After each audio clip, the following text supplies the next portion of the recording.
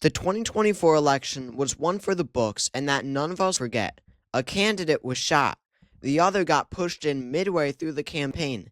We witnessed the literal saddest general election debate live in front of our eyes. But this historic 2024 race was nothing compared to what you're about to see. For reference, let's take a look at the numbers. Here's the 90-day polling average for the 2024 general election. And here is the most chaotic political election ever in U.S. history. Quite a difference. This is the 2012 Iowa Republican Caucus, where seemingly, no, literally, every candidate was supposed to win at some point. And in the most Iowa-style thing ever, our story starts with corn kernels.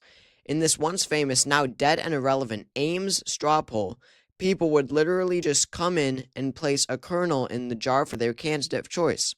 And for some reason, this was the gold standard poll. Candidates wanted to win the Ames poll bad, and especially the lesser-known candidates. All the poll did was bring attention to winners and overperformers. National frontrunners at this time, like Mitt Romney, didn't put any money or time into winning this meaningless poll. Enter Michelle Bachmann, Congresswoman from Minnesota, representing the new Tea Party movement in the GOP.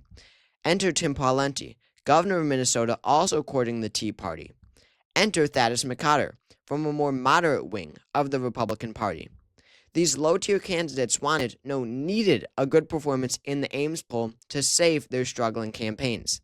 But the Ames game was more complicated than just corn kernels. It was about money, too.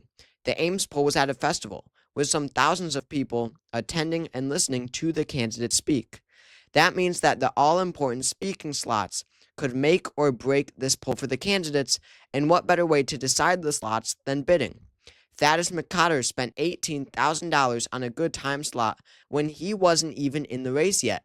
And even still, it wasn't any of these three desperate candidates who clinched the prime speaking slot. It would be Congressman Ron Paul, hoping to exit his low-tier candidate status, as he was at 9% nationally and just a measly 5% in Iowa in August of 2011 when the Ames poll was conducted. 2 days before the poll, Fox News hosted a debate in Ames itself. Pawlenty and Bachmann, seen as top contenders in the poll, fought tooth and nail to take each other down. Main point being this nasty scramble among the irrelevant vermin of the Republican Party, who were living off crumbs, were indication of just how insane this race would be. For what it's worth, who won the Ames straw poll? Between the five candidates who put any semblance of effort into it, which would be Pawlenty, McCotter, Paul, Bachmann, as well as former Pennsylvania Senator Rick Santorum and businessman Herman Cain, with 29% of the vote, it would be Congresswoman Michelle Bachmann that came out on top. It was a virtual tie with Paul, however, who trailed by just 1%. Pawlenty won third place at 14%, Santorum at fourth at 10%, and Cain at 9%. Now, this would be important. The sixth place finisher would be someone who wasn't even on the ballot in the poll, or for that matter, a candidate at all. Enter Texas Governor Rick Perry, who clocked in at 4% of the votes all through write-ins. Sure, the following candidates like Romney, Utah Governor John Huntsman, and former House Speaker Newt Gingrich didn't put any effort into the poll at all either, but at least they were actually declared candidates in the race and on the ballot. Rick Perry beating them out proved that he had quite the following in Iowa. Rick Perry would announce that he was entering the race that same day later in South Carolina. And it made sense why Bachmann won the poll. The Tea Party was literally taking over the Republican Party as Ames straw poll voters cast their kernels. Bachmann was younger, and being a woman, a unique face of this new ultra-conservative movement. Mike Huckabee, the devout Christian conservative from Arkansas, who won the caucuses in 2008, and Bachmann represented the same ideals, but in a new way that could pull in moderate suburban moms. Could she, at this time at 10% nationally in the primary, be the one to beat President Obama in the general election? And just like that, the candidates were officially off and running in Iowa. By August 14th, 2011, the day after the Ames poll, Bachmann had taken the lead in the average of polls at 26%. Romney, with a certain solid floor of support like he had nationwide, was at 22%, and Rick Perry all the way up from 12%, despite jumping in late. Bachmann was now the favorite. And just as importantly, she had knocked out Tim Pawlenty and Thaddeus McCotter from the race just like that. Both suspended their campaigns after losing the Ames poll. But as you'll notice, a theme throughout this race is that timing is crucial. And in a contest with 8 serious candidates, things change very quickly. It's all a matter of who has momentum and when. So sure, Bachmann got a gigantic boost that placed her in the top tier of candidates nationwide, but there was no campaign infrastructure that would allow that to hold. By September, only 15 days after the Ames poll, Bachmann's lead in Iowa had been reduced to just a lead of 0.4% in the average of polls over Romney. Mind you, Romney was a corporate establishment Republican, not representing the Tea Party at all. The Bachmann-Romney virtual tie was embarrassing, to say the least, for Bachmann in such a socially conservative state like Iowa. Bachmann was dropping significantly. But look who is on the rise, Governor Rick Perry. He had surged from 12% to 19% in just 10 days. It was now a dead-even race between Bachmann, Romney, and Perry. This was still anyone's game, but looking the best for Perry as he had just announced his campaign and visited Iowa only a couple of times. Now he was starting to get serious. By the end of September, Rick Perry had grown his support to a lead of 6% in the state of Iowa. And even better, he had the lead nationwide. He was the first candidate to ever lead Mitt Romney nationwide throughout this entire race. Not to mention, at one point, he had a gigantic margin of 12% that soon narrowed down. And then, a single word would change everything again. Oops. It's 3 agencies of government when I get there that are gone. Commerce, education, and the, what's the third one there? Let's see. EPA? EPA, there you go. No, okay. Let's talk deposition. Seriously? Is EPA the one you were talking about? Or No, sir. You can't name the third one? The third agency of government, Yeah. I would do away with the education, the commerce, and let's see. I can't. The third one I can't. Sorry. Oops. By mid-October, Rick Perry was in 5th place. His campaign was virtually over unless he could stir up a miracle later on. Remember, the caucus was on January 3rd. Time was running out, and fast. So with Perry crashing, Romney still steady, in fact in first place for 5 days in October. Bachmann continuing to lose support, and the low-tier candidates like Rick Santorum staying still. A void was opened, a void that seemingly irrelevant candidates could fill. Enter Herman Cain. Cain was arguably the most Tea Party-affiliated candidate of them all, but he really surged when he released his 999 plan, basically some strongly promoted plan that cut taxes severely. All in all, he was always fired up, outside the establishment, and sharply contrasting the other candidates. But at the same time, he had specific policy proposals that allowed quote-unquote above-the-fray Republicans to back him. On October 1st, Herman Cain sat at a measly 5% in the Iowa polling average. By the end of the month, he had peaked at a whopping 30%. That was an 8-point lead, literally tied with the largest lead seen throughout this entire Iowa race. Not only that, he had overtaken Mitt Romney nationwide. And Cain had just come out of nowhere. Most surges and crashes are extremely explainable in an 8-candidate race, but this skyrocket is truly astonishing considering just how much Cain exploded. But hey, that is the 2012 Iowa caucus for you. As for the other candidates by the end of October, Romney once again stayed strong with a base of 22%. Ron Paul still performing moderately well with 10%. Gingrich steadily growing at 9%. Bachmann completely falling off the cliff at 8%. Perry even more so than Bachmann at 7%. And poor little Rick Santorum at 4%. It's anyone's game, but at least we can rule out Santorum winning.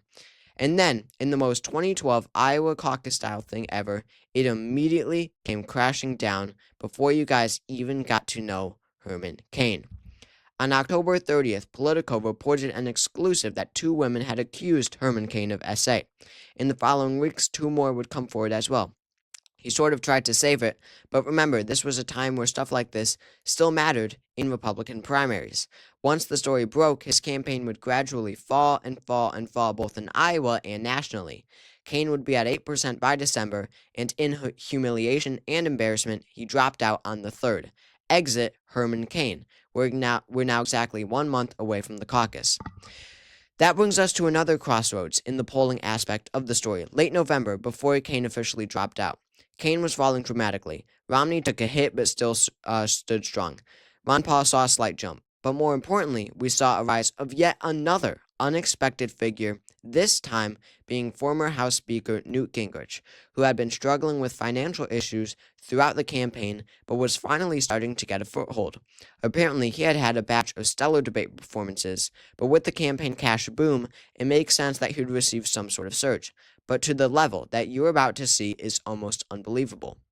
Boom. With less than a month left, Newt Gingrich somehow managed to surge to a larger lead ever in the second place candidate than ever seen before throughout this race.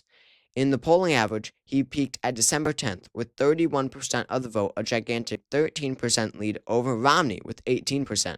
But wait, in these final weeks, Ron Paul also saw a bump, making him practically tied with Mitt Romney. Suddenly, the national frontrunner, being Romney, was looking like he was in deep trouble. Could a third-place finish sink Romney nationwide? Was this Iowa race now a wrap somehow for Newt Gingrich? This was a deeply complicated part of the race. Time was running out, and the others needed to do something about the Gingrich problem. And they turned to the debates on the 10th and the 15th of December. The others all teamed up on Gingrich as a last-ditch effort, especially regarding the payments he received from a mortgage consulting company called Freddie Mac. Bachmann pressed him, being Gingrich, to call him a lobbyist. Gingrich kept refusing, and it was just awkward. The 15th was also the debate where Romney asked Rick Perry to place a $10,000 bet on something. Very awkward. But it was the actually unique candidate in the race, Ron Paul, who was finally able to differentiate himself in a positive way when he criticized the political establishment war policies on both sides of the aisle. The young voters that were attracted to his campaign with this message would prove to be crucial. Yep, you guessed it, that would be enough for these Iowa voters who can't make up their minds.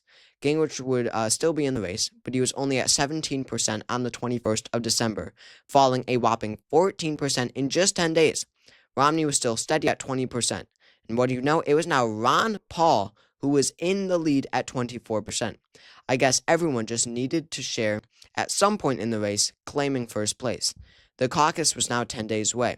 Again, as I said in the beginning, this was simply all a game of who had momentum on January 3rd, and it was looking like it would be Ron Paul.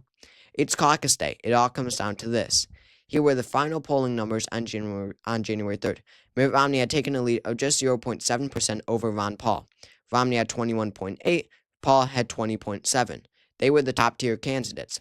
And only 5 points below them was now Rick Santorum at 15%. Santorum had recently visited all 99 counties in Iowa and was campaigning hard as the most conservative candidate in the race. Even he was somehow in it now. Gingrich was all the way down at 14%, Perry at 12%, Bachmann 8%, and Huntsman, who wasn't even aiming to do well in Iowa at all, only focusing on the New Hampshire primary, was at 2%. Of all the candidates serious about winning Iowa, meaning everyone except Huntsman, only Rick Santorum did not have a lead at some point in the race. And here are the results. Absolute chaos. Wait, did CNN seriously just call Iowa for Romney by 8 votes? Now is Santorum claiming victory on caucus night? What better way to end the entire process than to have absolute chaos and uncertainty at the very end?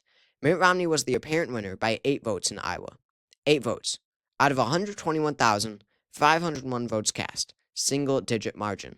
So congratulations to Mitt Romney? No, Rick Santorum won. What?